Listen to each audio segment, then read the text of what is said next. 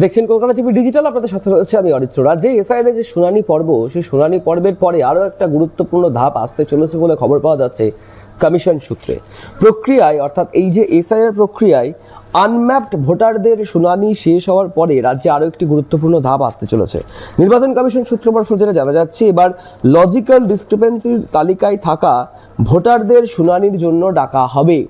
এই পর্যায়ে 24 লক্ষ ভোটারের নাম রয়েছে, যাদের নথি এবং তথ্য যাচাই করা হবে সেই যে শুনানি হবে সেই শুনানিতে।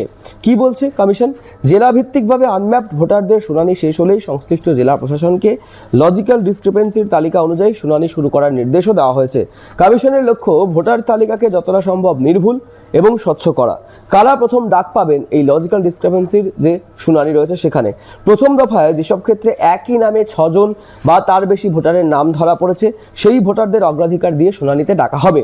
কমিশনের মতে একই নাম, একই বা কাছাকাছি ঠিকানা এবং অন্যান্য তথ্যের গরমিল থাকলে এই তালিকায় নাম এসেছে। তথ্য গরমিল থাকলে কি হতে পারে?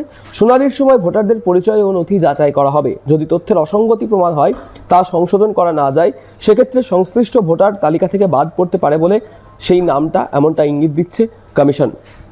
লজিক্যাল ডিসক্রিপেন্সির সংখ্যা কত এখনো পর্যন্ত? প্রাথমিকভাবে রাজ্যের লজিক্যাল ডিসক্রিপেন্সির সংখ্যা ছিল প্রায় 1,36,00,000। তবে ভোটারদের জন্য বিএলও যে অ্যাপ রয়েছে, সেই অ্যাপে সংশোধনের সুযোগ দেওয়ার পর সেই সংখ্যা উল্লেখযোগ্যভাবে কমেছে। বর্তমানে তা দাঁড়িয়েছে প্রায় 94.47 লক্ষে। চূড়ান্ত ভোটার তালিকাই বা কবে প্রকাশ হবে, অনেকেই প্রশ্ন করছেন। রাজ্য নির্বাচন কমিশন সূত্রে জানা যাচ্ছে, আগামী 14ই ফেব্রুয়ারি রাজ্যের চূড়ান্ত ভোটার তালিকা প্রকাশ করা হবে এবং তার আগেই এই সমস্ত শুনানি ও সংশোধনের যে কাজ রয়েছে সেই কাজ শেষ করার প্রস্তুতি নেওয়া হচ্ছে।